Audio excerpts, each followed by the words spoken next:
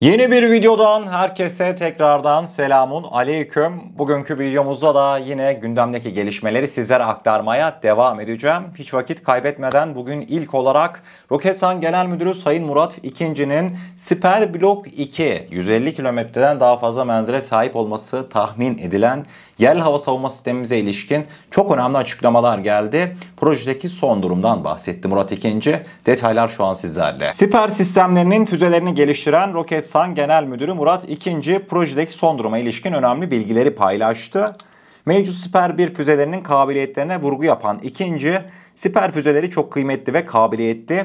Şu an 100 kilometrenin üzerindeki tehditleri bertaraf edebiliyor ifadelerini kullanarak sistemin etkinliğinin altını çizdi. Ayrıca ikinci Siper Blok 2'nin geliştirme faaliyetlerinin aralıksız sürdüğünü belirterek Siper Blok 2 ise çok yakın zamanda devreye girecek ve menzili 150 kilometreye çıkacak daha geniş kapsama alanı olacak demişti. Oh bin şükür. Niye bin şükür biliyor musunuz kıymetli dostlar? Şimdi Siper Blok 1'imiz şu an aktif olarak görevde 100 kilometre menzile sahip değil mi? Murat İkinci ne demiş? Çok kısa bir zaman içerisinde de inşallah Siper Blok 2 geliyor demiş. 150 kilometre yanında plus artı fazla da olabilir ama eksik değil. Şimdi kıymetli dostlar son yaşanan İran-İsrail gelişmelerinde biz neyi fark ettik? Dedik ki abi eğer ki kendi memleketinin hava sahasını koruyamıyorsan başka devletler istediği gibi at koşturuyor. Bunu hepimiz fark ettik değil mi? Bugün Türkiye kendi hava savunma sistemlerini bırakın başkaları ne derse desin ama bazıları diyor ya işte nerede bizim hava savunma sistemlerimiz? S-400 işte S-400'ler nerede? Çalıştığına inanmıyor orayı geçtim. S-400'den bir medet beklemiyoruz artık. Niye? S-400 bizim sistemimiz değil ki. Yani savunma sanayinde dünyada böyledir. Hangi ülke bir başka ülkeye savunma sanayi ürünü satarken tam versiyonuyla satar değil mi? O yüzden ben S-400'leri bir kenara koyuyorum. Bizim kendi yerli ve şu an aktif çalışan Siper Blok birimiz yok mu? 100 kilometre menzil değil mi? S-400'ün menzili kaç? 400 kilometre. Siper Blok birimiz tam irtifa olarak düşüktür S-400'den ama Siper Blok birimiz 100 kilometre menzili. Öpüp Allah'a şükür başıma koyarım. Niye biliyor musunuz? Bizim değil mi? Fabrikası bizde değil mi? Gidelim madem 300-400 kilometrede koruma mı sağlayacağız? 3 tane 4 tane koyalım. Anladınız mı? Önemli olan şu.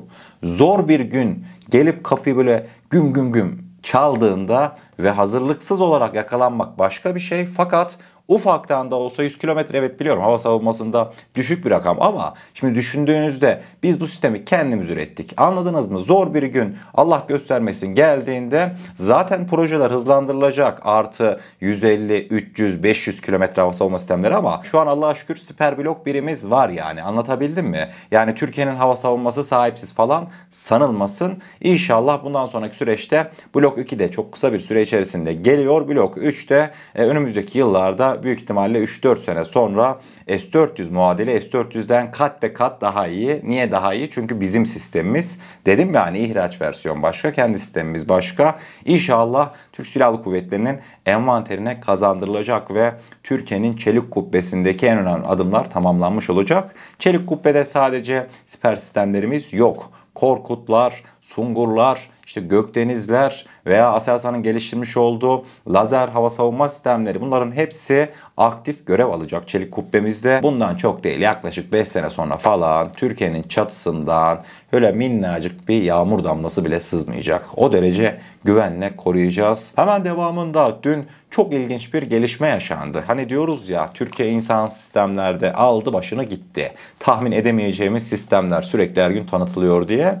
Artık sistemler sadece tanıtılmakla kalmıyor tek başına. Yeni tanıtılan sistemler, yeni geliştirilen sistemler beraber de çalışıyor. Dün yerli üretimimiz TCG Anadolu gemisinden havalanan yine bizim üretmiş olduğumuz Bayraktar TB3, yine bizim üretmiş olduğumuz MK üretimi Pirana Kida ile işbirliği, koordineli çalışaraktan insansız deniz aracıyla 3 metre uzunluğundaki hedef etkisiz hale getirildi.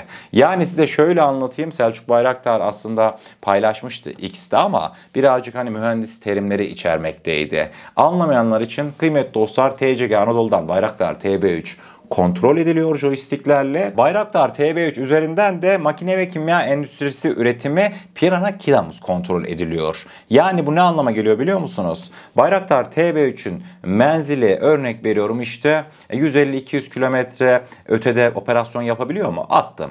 Kıymetli dostlar, eğer ki siz Piranha-Kida'yı menzili çerçevesinde Bayraktar TB3'ün en uzakta operasyon yapmış olduğu bölgeye ulaştırırsanız hiçbir şekilde bağlantı sıkıntısı yaşamayacaksınız. Çünkü Bayraktar TB3 ile iletişim kuracak insansız deniz aracı. Hayda hayda, olaya gelir misiniz? Yani insansız sistemden insansız sistem kontrol ettik. Çok da şaşırmayın, zaten sistem bizim olduğundan dolayı, yerli üretim olduğundan dolayı gün be gün üstüne koya koya bakın yeni konseptler çıkartıyoruz. İşte bu konseptler dünyanın hayranlıkla baktığı konseptler. Dünya bakıyor ama çözemiyor. Mesela hayranlıkla bakanlardan bir tanesine gidelim mi? Polonya Bayraktar TB2'leri almıştı. Memnun kalmıştı ve son olarak da sizlere biraz önce haberini anlatmış oldum. Bayraktar TB3'e talipmiş Polonya. Detaylar mesela bir karşınıza gelsin. Türkiye'den temin ettiği Bayraktar TB2'nin performansından memnun kalan Polonya, Bayraktar TB3 tedariğini de gündeme aldı. Polonya Savunma Bakanlığı İletişim ve Tanıtım Dairesi basın mensuplarının sorusuna verdiği yanıtta Bayraktar TB3'ün satın alınması Polonya Cumhuriyeti Silahlı Kuvvetleri tarafından değerlendirilen seçeneklerden biridir dedi.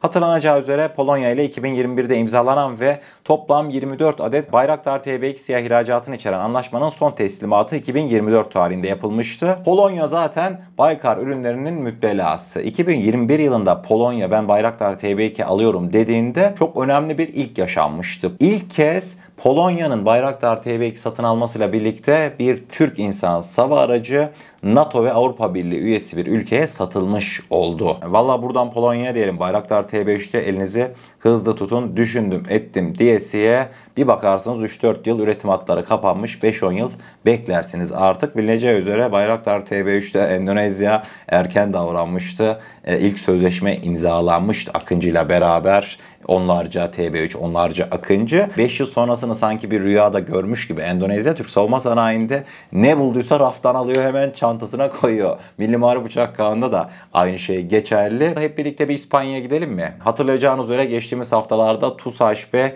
İspanya Savunma Bakanlığı arasında çok önemli bir mutabakat zaptı imzalanmıştı. İspanya Savunma Bakanlığı bu konuya ilişkin son durumu değerlendirdi. Süreç ne aşamada? İspanya ne kadarlık bir bütçe ayırmış Hürjet projesine? Hep birlikte öğrenelim. İspanya Savunma Bakanı Margarita Robles son yapmış olduğu açıklamalarında Türkiye ile beraber girişmiş oldukları Hürjet projesine ilişkin önemli açıklamalarda bulundu. Robles tarafından yapılan açıklama doğrultusunda Hürjet programının toplam yatırım tutarı 1,375 milyar euro olacak ve bakana göre bu eğitim ve uçuş görevi için 28-30 uçaklık bir hava filosu ile pilotlarının eğitim ve yeteneklerinin geliştirilmesini hedeflemekteymiş. İspanyol Bakan Robles 2028 yılında ilk 6 Hürjet uçağının teslim alınacağını ve 2029 yılında da kalan Hürjetlerin teslim alınarak toplam sayısının 18'e ulaşacağını bildirdi. Maşallah, paraya bakar mısınız? 1,3 milyar avro. Ne demek ya? Yani zaten İspanyolların bu kadar fazla tutar ayırmasının en büyük sebebi de Türkiye olarak yok şuna dokunma, yok onu etme, yok bunu etme demedik İspanyollara.